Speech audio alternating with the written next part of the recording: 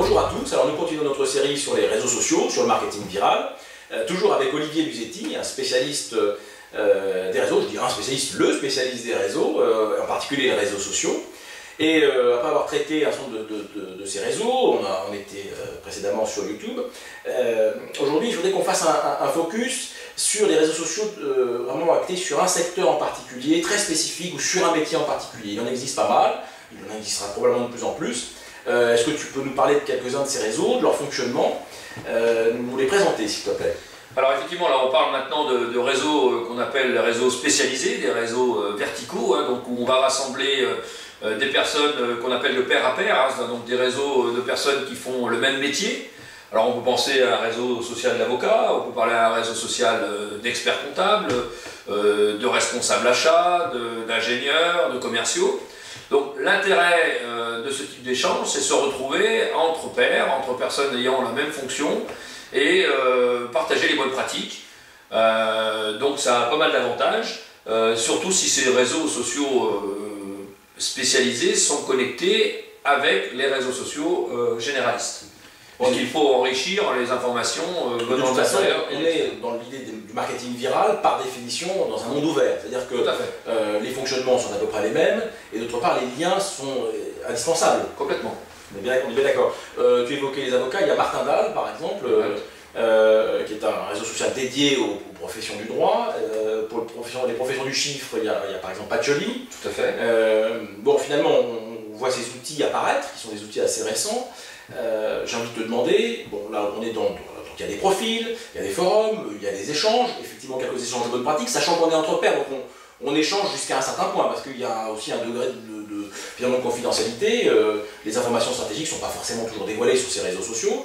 Demain, on va aller vers quel type de réseau, à ton avis, pour les professions sur le plan vertical, hein? Alors, la thématique que tu as évoquée, effectivement, sur les réseaux sociaux spécialisés, c'est ce qu'on appelle la coopétition. C'est-à-dire comment coopérer entre professionnels faisant la même profession et qui sont quelque part des confrères, donc des concurrents.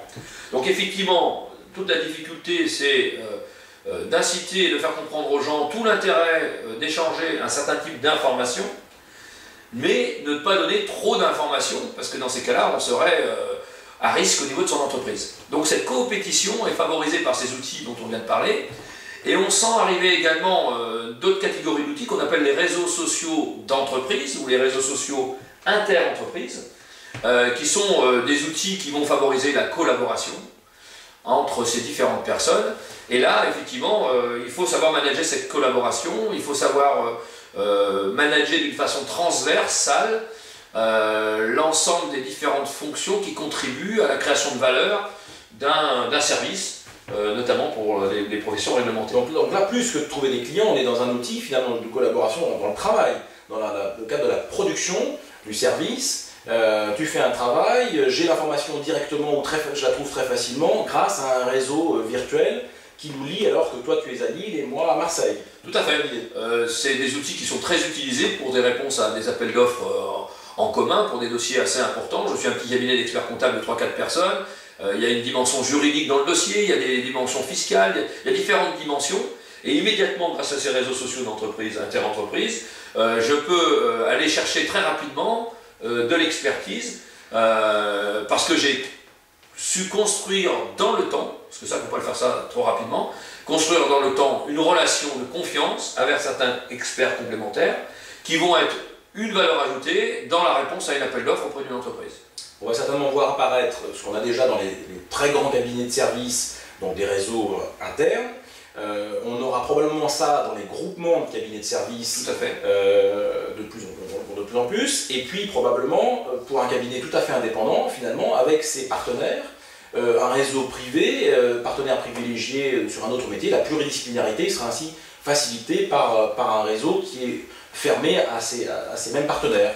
Tout à fait. Et alors, au niveau développement des affaires, c'est très intéressant parce que ce réseau constitué de professions réglementées mais complémentaires peuvent échanger des opportunités. J'ai rencontré telle entreprise, elle a tel ou tel besoin, elle va constituer rapidement un réseau d'expertise pour répondre concrètement à un besoin. Donc c'est un plus pour tout le groupement. Je pensais également au réseau qu'on pourrait créer avec ses clients. Certains commencent à faire ça déjà, parce que finalement il y a une communauté de clients, et certains sujets sur lesquels les échanges peuvent être positifs. Se pose quand même la question du coût. Mettre en place un réseau, ça paraît être une chose pour une très grande entreprise. Tu as une idée des coûts, en tout cas minimaux pour ça? Alors en fait, le problématique dans cette problématique coût, c'est délicat de répondre comme ça, parce que tu as, en fonction de... faut compter en temps, donc c'est un community manager qui va s'occuper de ça. Donc c'est un coût journée d'une personne qui va être à temps plein sur cette activité. Mais pour ce qui est de l'outil, l'outil, c'est des coûts très très abordables. Hein. Ça peut être 500 € à l'année pour un cabinet de 5 à 10 personnes. Donc c'est pas ça qui est important, c'est plutôt un coût investissement, tu me disais. C'est une stratégie, où est-ce qu'on veut aller, pourquoi on veut le faire, voilà. Et ensuite qui va le faire. Et puis après investissement temps, et je pense que la pertinence de ce type de réseau, c'est que certaines personnes du cabinet puissent s'impliquer dans le projet, même si c'est un dixième du temps, il faut au moins qu'ils consacrent un dixième de temps à cette activité. Merci beaucoup Olivier. La prochaine fois nous traiterons du sujet des blogs. On en parle beaucoup, là aussi il y a du chronophage derrière, mais il y a aussi beaucoup d'atouts. Voilà, à la prochaine fois, merci. Merci, au revoir.